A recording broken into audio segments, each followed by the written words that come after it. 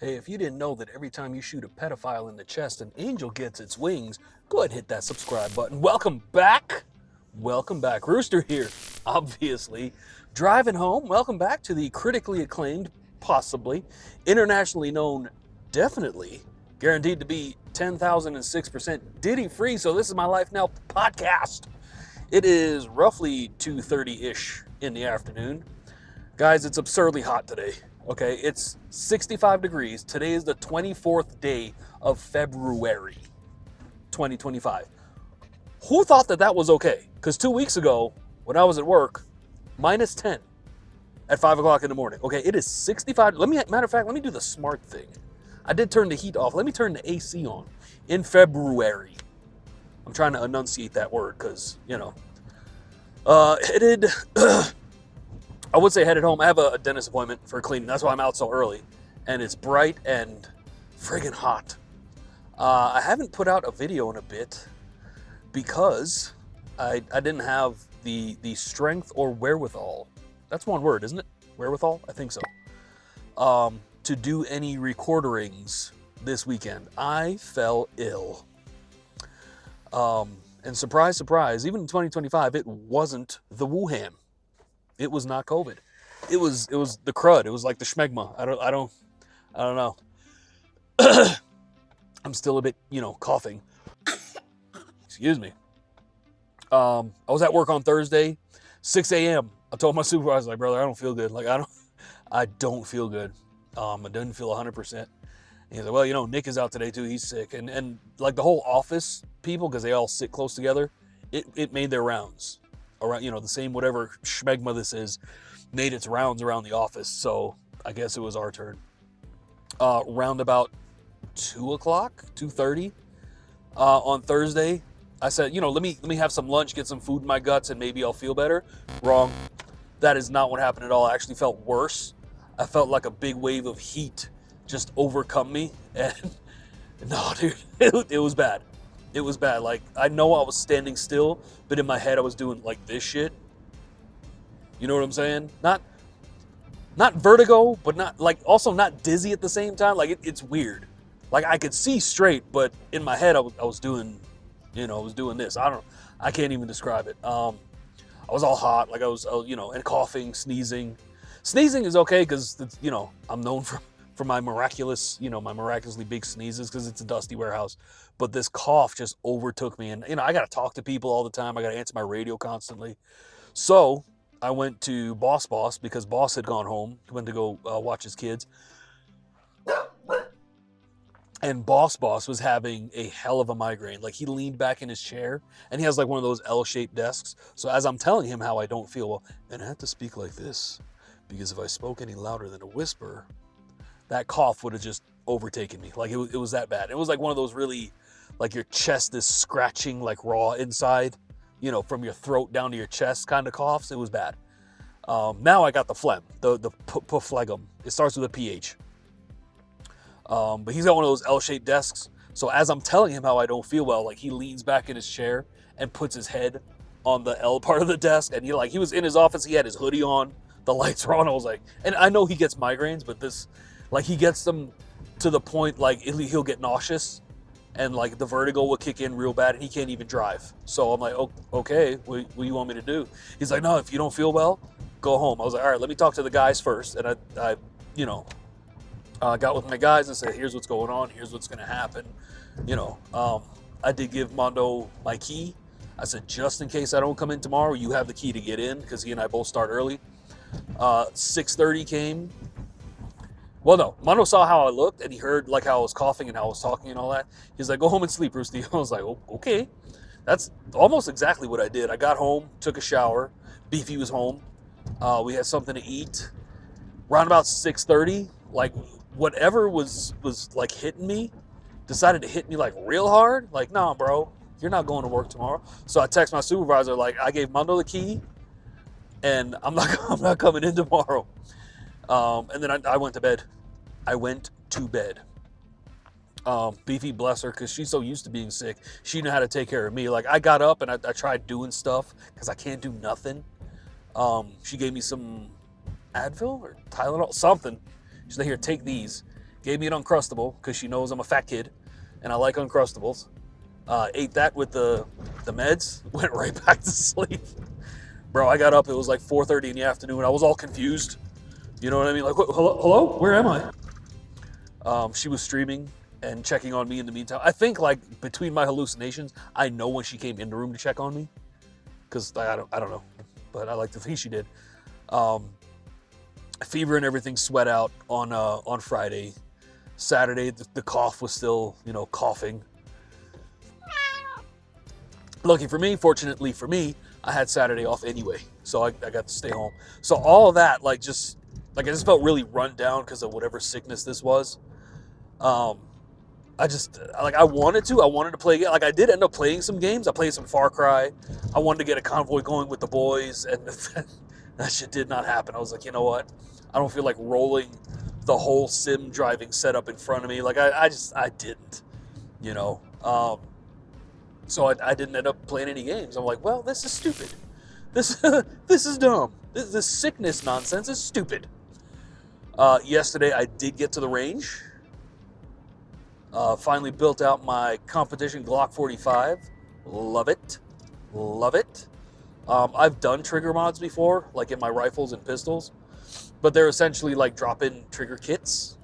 Is that a goose? Those are fucking geese. Bro, if you think I'm hitting the brakes, you are sorely mistaken, sir. That's right, you better hop up on the fucking curb. Walking across the street like they own the friggin' place. Stupid. It's stupid. What was I saying? Yeah, I built out my competition G45. For those that don't know, it is not a 45 caliber. It's a Lord's caliber, by the way, 45 ACP. It's a 9mm. The Glock 45 is essentially if a Glock 17 and a Glock 19 had gun love and made a baby. So the upper receiver, the slide, is the same length as a Glock 19. Let me just make sure. That's what I carry. So this here is the same length. The lower bit, right here, is the same length as a Glock 17. So that Glock 19 holds 15 rounds in the mag. Glock 17 holds 17 rounds in the mag. Go figure. But I have +5 extensions on my competition mags because I run 22 + 1 because more ammo, say it with me now, is gooder.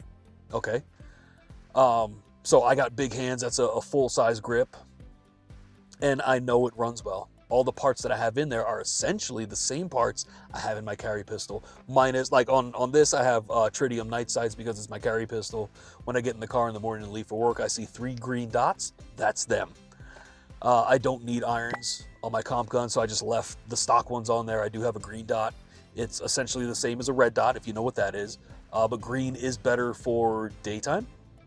And I also have an astigmatism, so that also helps.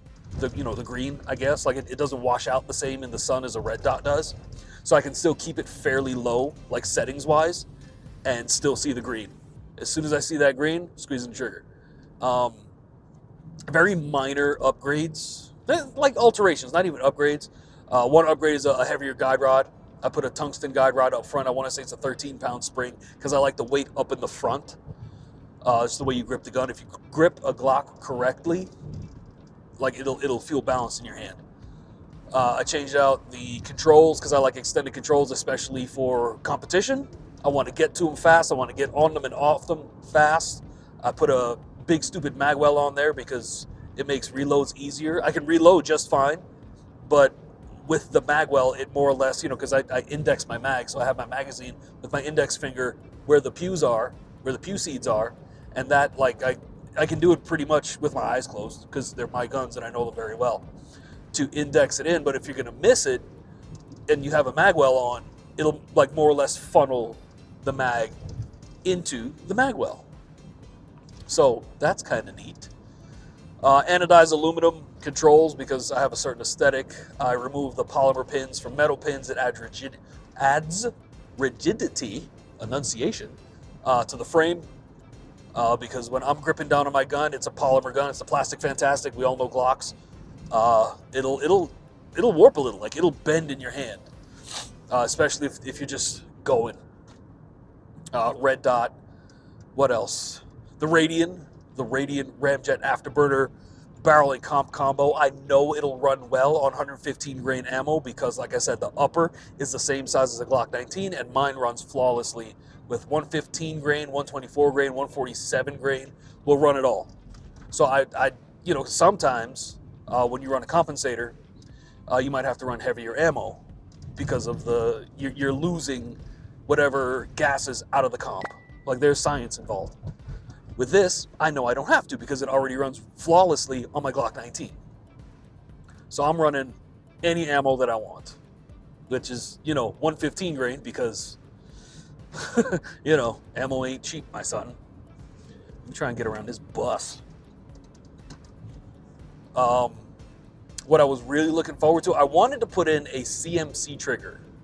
That's Charlie Mike Charlie, because that's what I have in my Glock 19, in my carry pistol. I also have it on a couple of my rifles. They're drop-in trigger kits.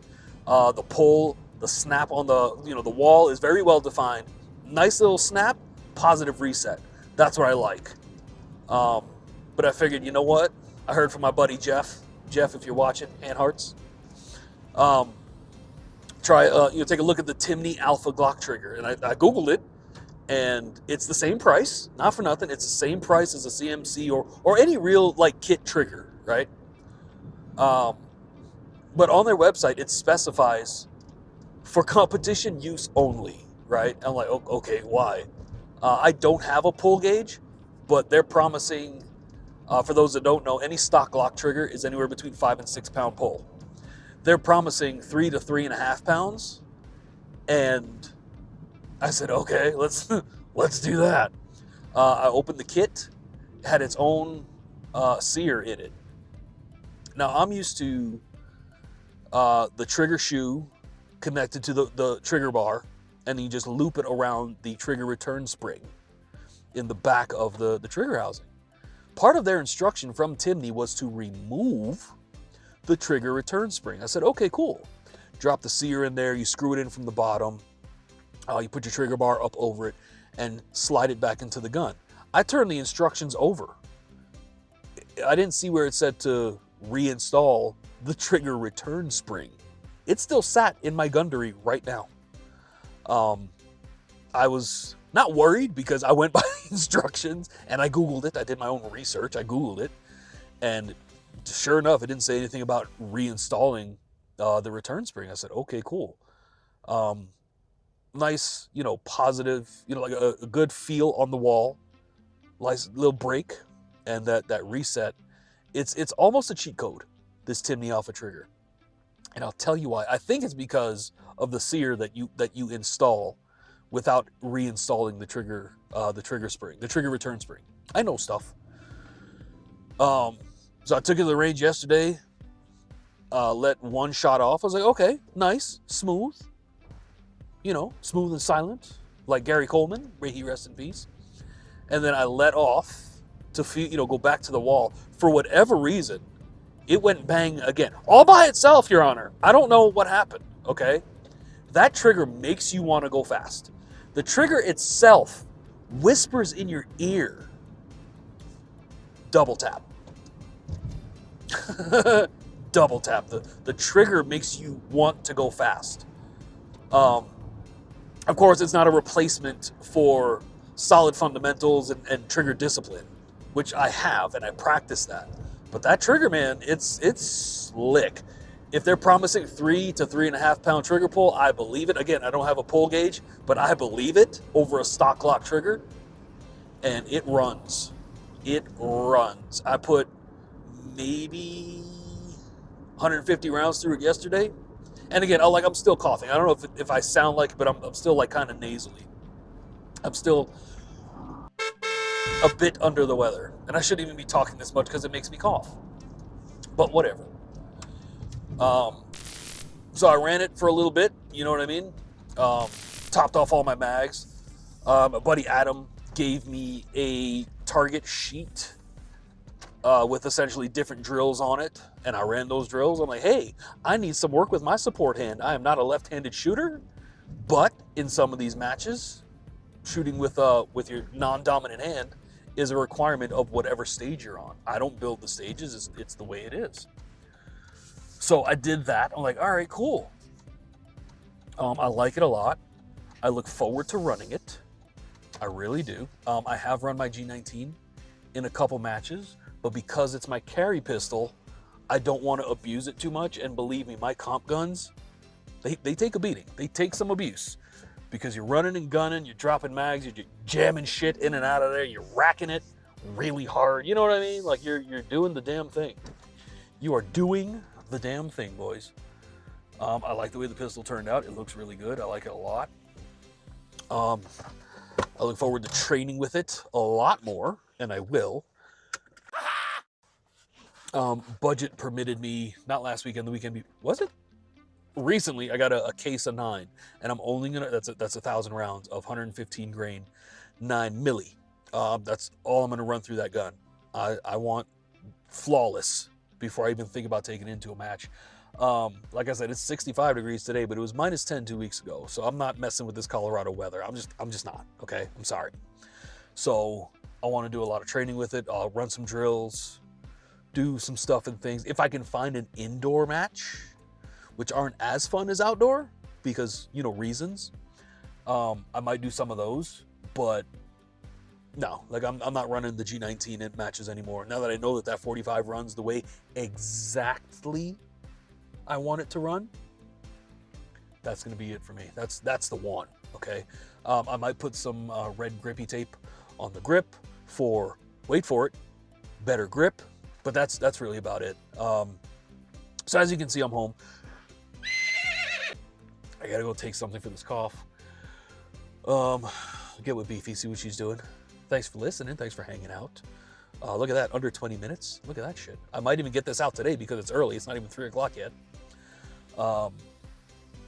If you haven't already, hit that subscribe button. Like, comment, subscribe, share. Please be kind, rewind. Take your vitamins, eat your drugs, do your veggies, whatever Hogan said in the 80s. You know what I'm saying? Thanks for listening, guys. Guys, until the next one, I'm trying to pick a new game to start recording too. Like on top of the Hunter and stuff. Maybe Satisfactory. X-Pie just cursed at me. I don't know. Until the next one, you guys be good to yourselves. Be good to one another. Subscribe. Okay? Raise hell.